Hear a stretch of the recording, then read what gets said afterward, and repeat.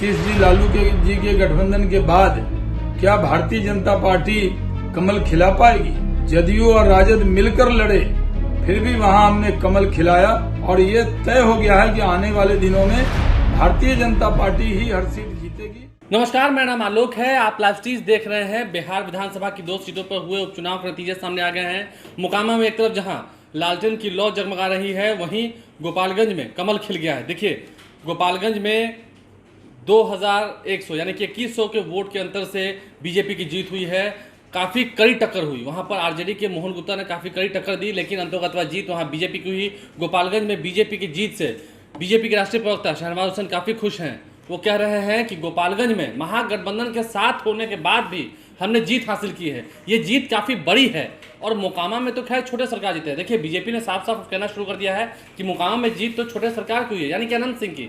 क्या कुछ कह रहे हैं, जरा सुनिए। देखिए, बिहार विधानसभा का जो ये चुनाव था, ये एक संदेश था कि जदयू राजद के गठबंधन के बाद, नीतीश जी लालू जी के गठबंधन के बाद क्या भारतीय जनता पार्टी कमल खिला पाएगी?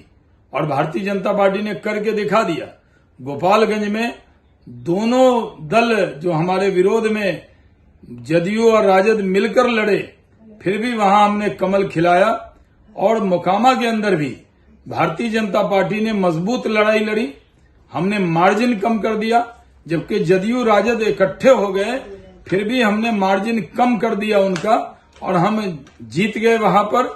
ये एक बड़ा संदेश आया है और ये तय हो गया है कि आने वाले दिनों में भारतीय जनता पार्टी ही हर सीट जीतेगी।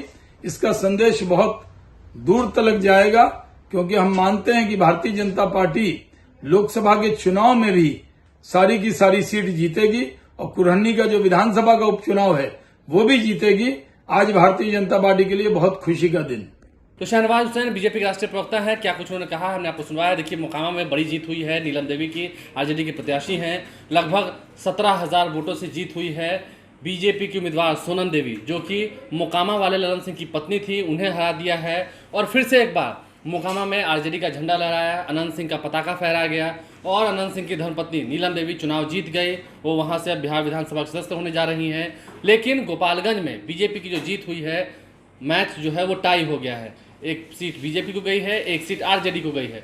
तो ऐसे में इस कड़ी लड़ाई में एक तरफ जहां बीजेपी की जीत हुई गोपालगंज में, देखिए गोपालगंज में भी कहा जा रहा है कि सहानुभूति वोट मिला है। स्वर्गीय सुभाष सिंह, जो कि बिहार सरकार में सहकारिता मंत्री थे, उनकी धर्मपत्नी कुसुम देवी वहां चुनाव जीती हैं। तो कुछ कह सके तो सहानुभूति वोट भी मिला है, जिसका असर देखने को मिला है। साथ ही साथ साधु यादव, जो कि तेजस्वी यादव के मामा हैं, लालू प्रसाद यादव के साले हैं, वो भी वहाँ चुनावी मैदान में थे। उनकी पत्नी इंदिरा यादव ने भी लगभग 9,500 वोट लाए हैं। इससे भी आरजेडी को डैमेज हुआ है। तो ऐसे में एक सीट आरजेडी हार गई, एक सीट आरजेडी जीत गई। शहनवाज हुसैन बीजेपी के राष्ट्रीय प्रवक्ता ने क्या कुछ कहा हमने आपको सुनाया है। आप लाइव स्ट्रीम से बन रहे हैं। हमारे चैनल को सब्सक्राइब कर लें, साथ साथ फेसबुक पेज भी लाइक करें। धन्यवाद।